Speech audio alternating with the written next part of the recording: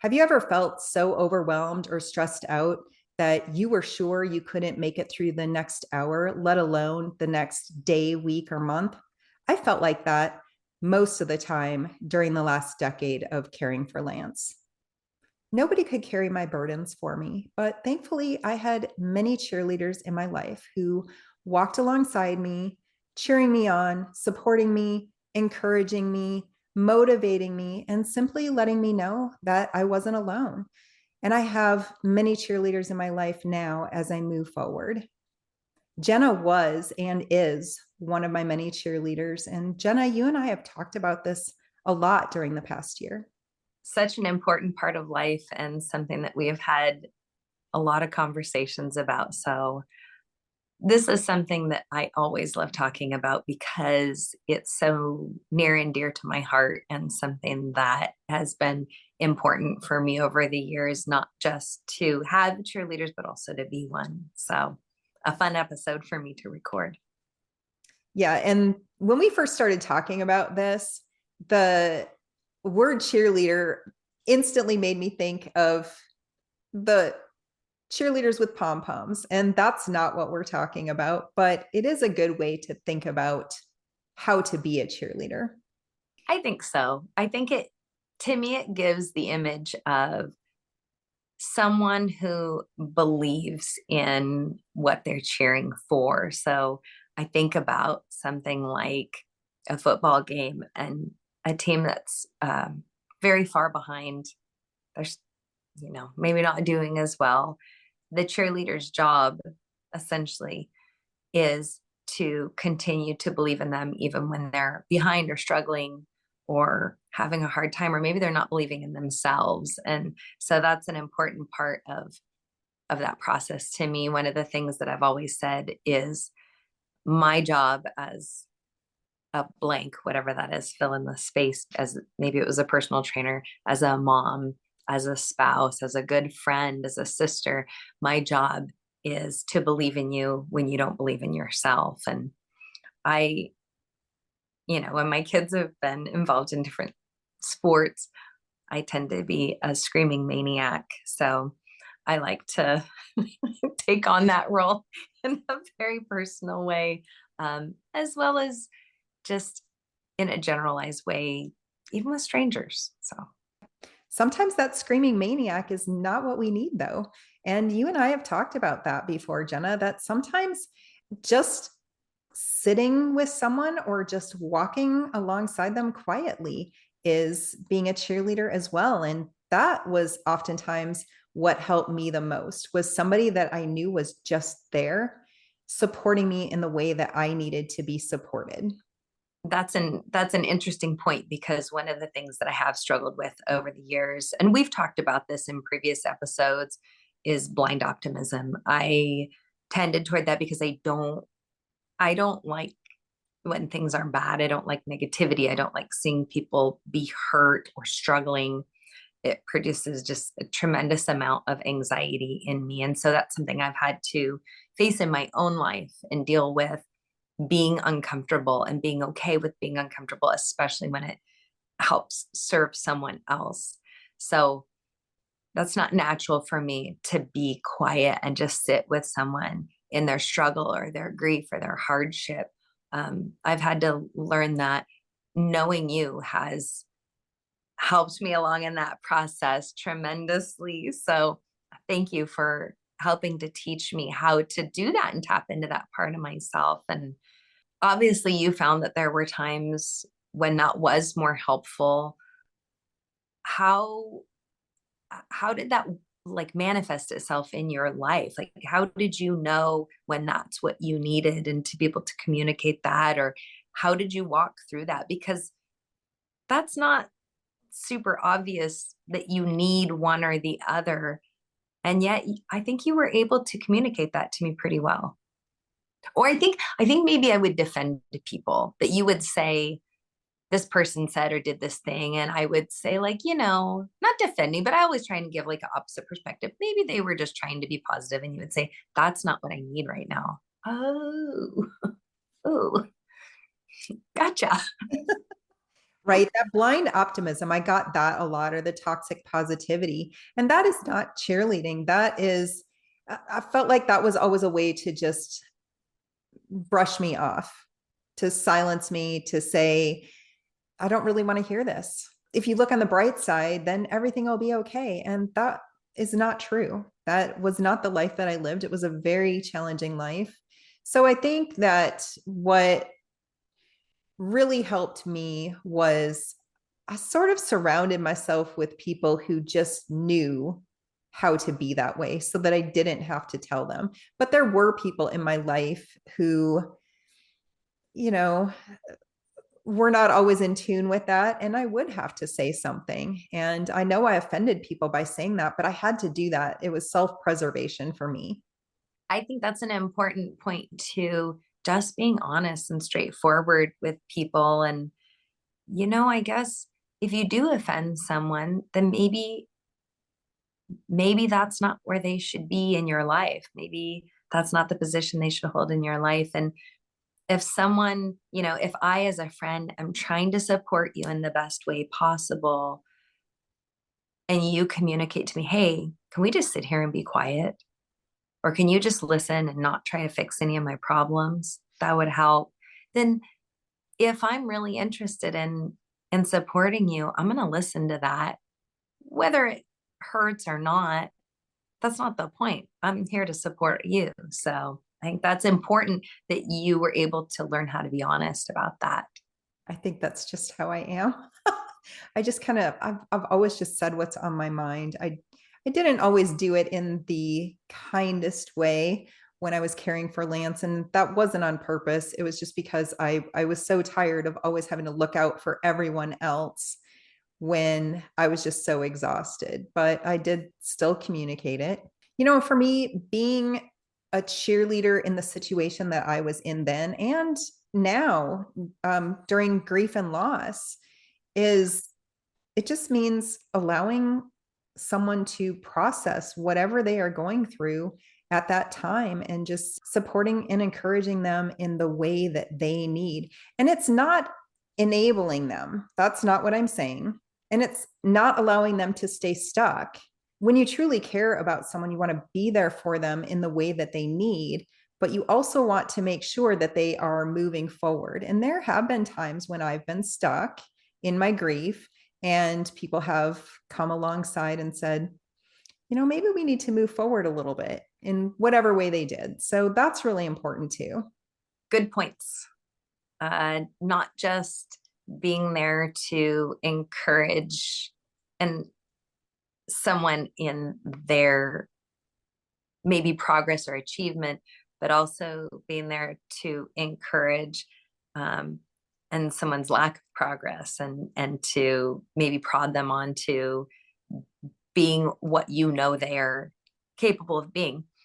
As a friend, say if I'm giving you encouragement or advice, have you found over the years that more generalized, you can do this, is more beneficial, or is the more specific, like, wow, I saw that you got in your car and drove today without being scared or stressed, and good job on that progress?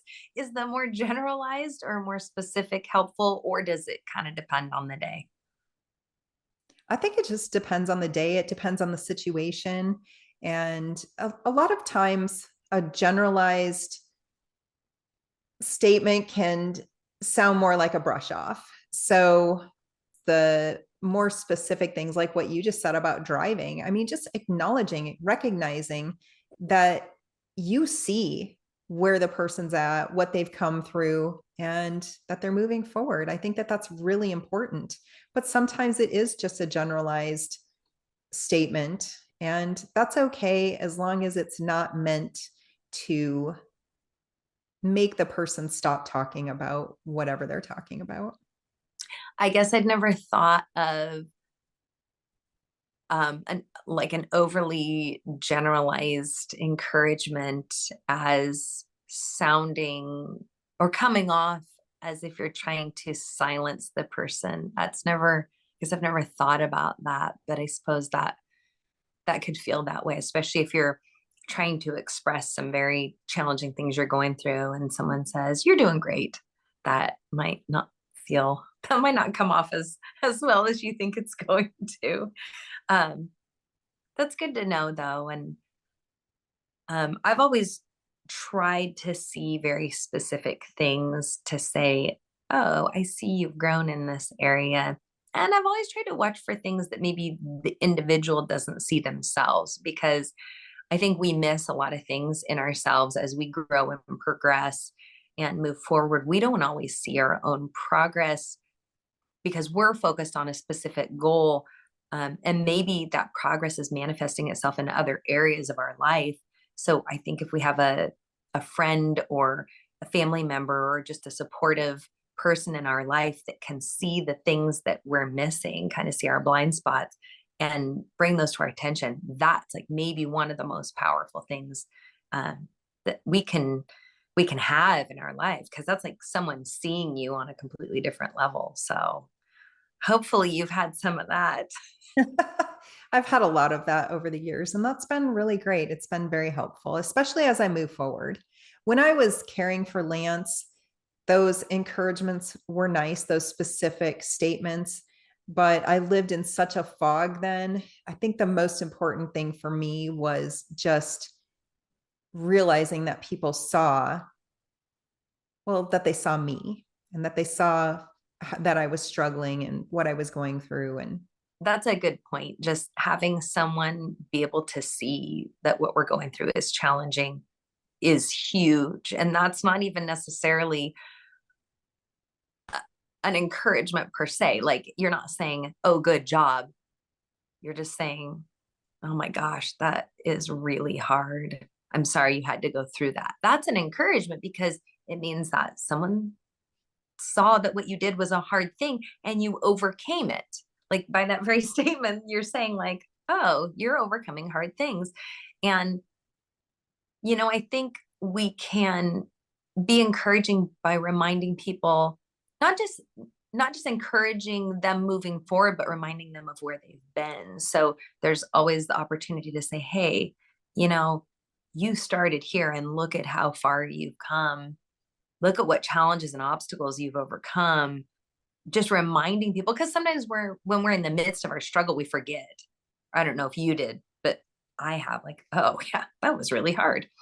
Um, was that helpful to you, or did you have people that did that, reminded you of what things you've overcome and the challenges that you've faced and the success that you've had? I did have people do that at times. And for me, while I was caring for Lance, I didn't find that helpful because it seemed like they were more pointing out, look how strong you are. And I didn't feel like I was strong.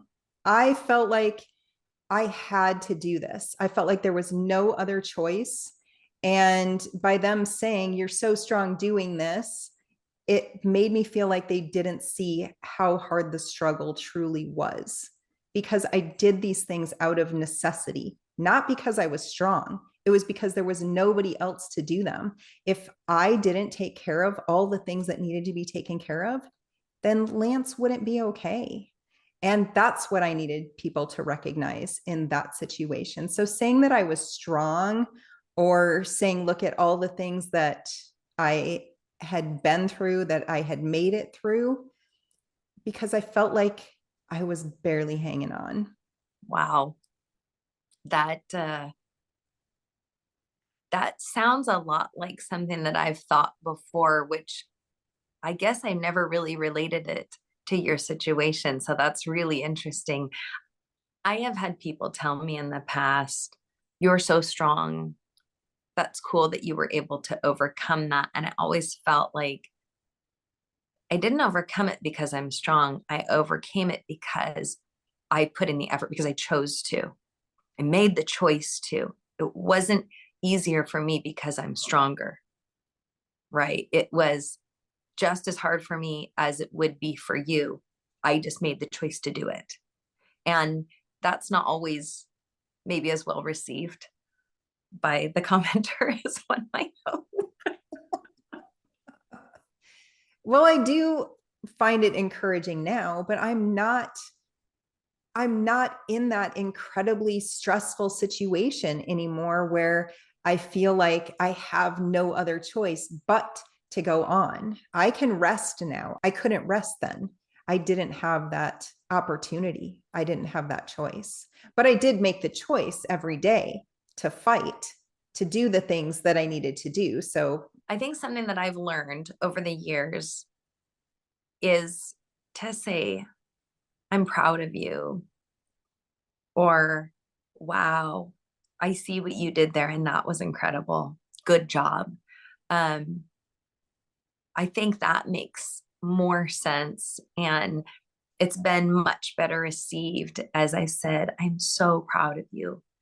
You did that. Because I think then that recognizes and honors the effort that's put in by the individual rather than that thing where people would say, oh, you're so strong. I could never. Yes, you could. Yes, you could. But you'd have to dig deep to do it. Right. right. And that's the truth of it. And you did say that to me. In fact, I thought it was so strange the first time you said it that you were proud of me. And then I started thinking about it and I was like, that felt really good. People don't normally say that, or they didn't normally say that to me other than my mom. So that is something that's really good. Instead of saying you're so strong, say I'm proud of you for whatever you're doing. Facing a hardship is something that everyone is going to encounter at some point in their life. Taking on that challenge despite uh, lack of resources, lack of knowledge, lack of competence, whatever you think, whatever thing that you're saying in your head, I can't do this because X, still choosing to take on that challenges despite your insufficiency is, I think, one of the most powerful and amazing things that we as human beings can do. And so then the second most powerful will be recognizing that in someone else and communicating to them. I agree because I felt like everything that I did while I was caring for Lance, I was so out of my element. I had no idea what I was doing. I was doing the best that I could and I put forth my best effort. I did everything in my power. And for someone to recognize that, that was huge. I'm glad that you had people around you that did that for you. And I wish you had had more. And I guess to me, what I take away from it is to never withhold that opportunity to tell someone I'm proud of them or to recognize when they've um, stepped up to a challenge and taken it on voluntarily. If I see that, I need to say, good job. I'm proud of you.